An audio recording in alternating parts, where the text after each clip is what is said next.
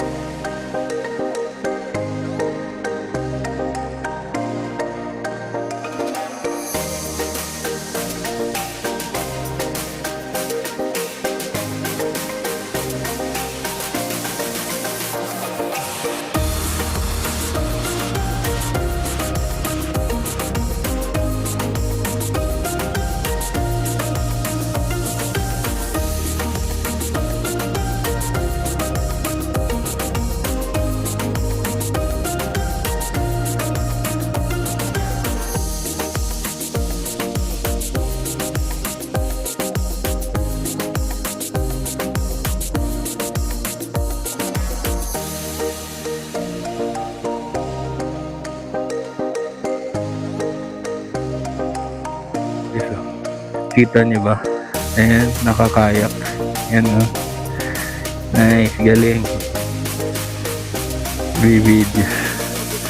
Pabalik na siya. So, hindi siya motorized, Mana-mana lang talaga. Ang galing, di ba? Tapos di ka natutumba. Himingwit ka ng ganyan. Astig yan. Di ba minsan nagtutumba, na-outbalat. Ay, ang ganda ng Pag nandun ka, hindi mo tanaw tong yung likod na bundok Pag nandito ka, tingnan nyo guys, likod-likod yung ganyan Bulubundukin. Diyan tayo galing sa mga bundok na yan. Papunta dito sa kay Labne. Galing.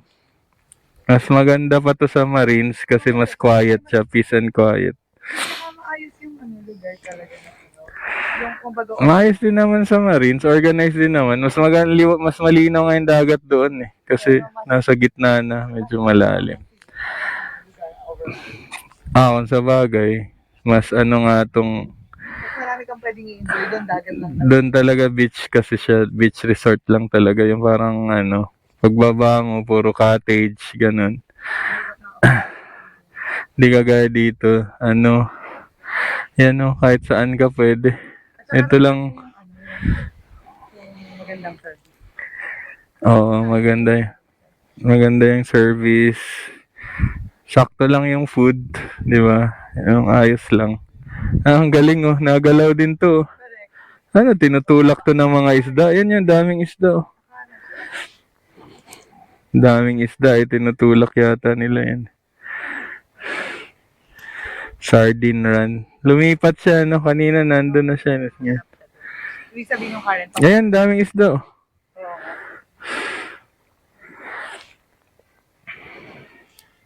So, pwede ka nga talaga mag-fishing dito. Ayan, daming isda. Depende lang sa'yo eh. Kung saan ka tatapon ng maril. At kung ano yung ipapain mo sa reels mo. Let's go! Di ba? Enjoy niyo yung view, guys. Masarap dito sa Kailabne.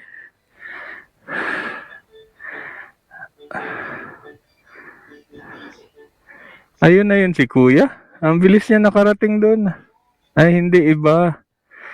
Tipadjak yung kanya, oh. Siya na yun? Hindi sa'yo. Ay, ito siya, oh. Nandun yung isa, eh. Nandito lang pala yung isa, papasok-pasok na. Ito yung isang kasama niya, oh. Tipadjak ko, ayan, oh. Naka, siya. Paddle. Ngayon nga ngayon lang ako naiihi tuloy. Maganda yung ganun. Tapos ang video. Oo. Hindi nakaganon, no? Hindi pa storbo sa mga isda pag naganon ka ng gan. Sakto lang.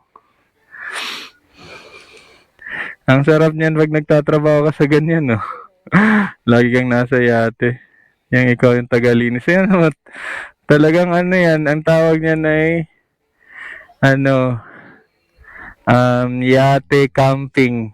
Kaya may ibabaw niyan, may tent. Oo nga. Yung isa, yung may brown na black yung Oo. May tent, no?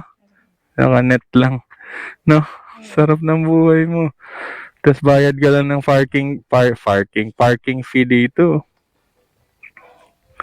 Tapos lang lumulutang yung buhay mo, parang sailing la vagabond.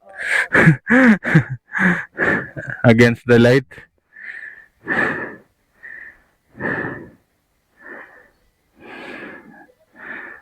Eh, nice. Ito pedaling lang, oh. Galing.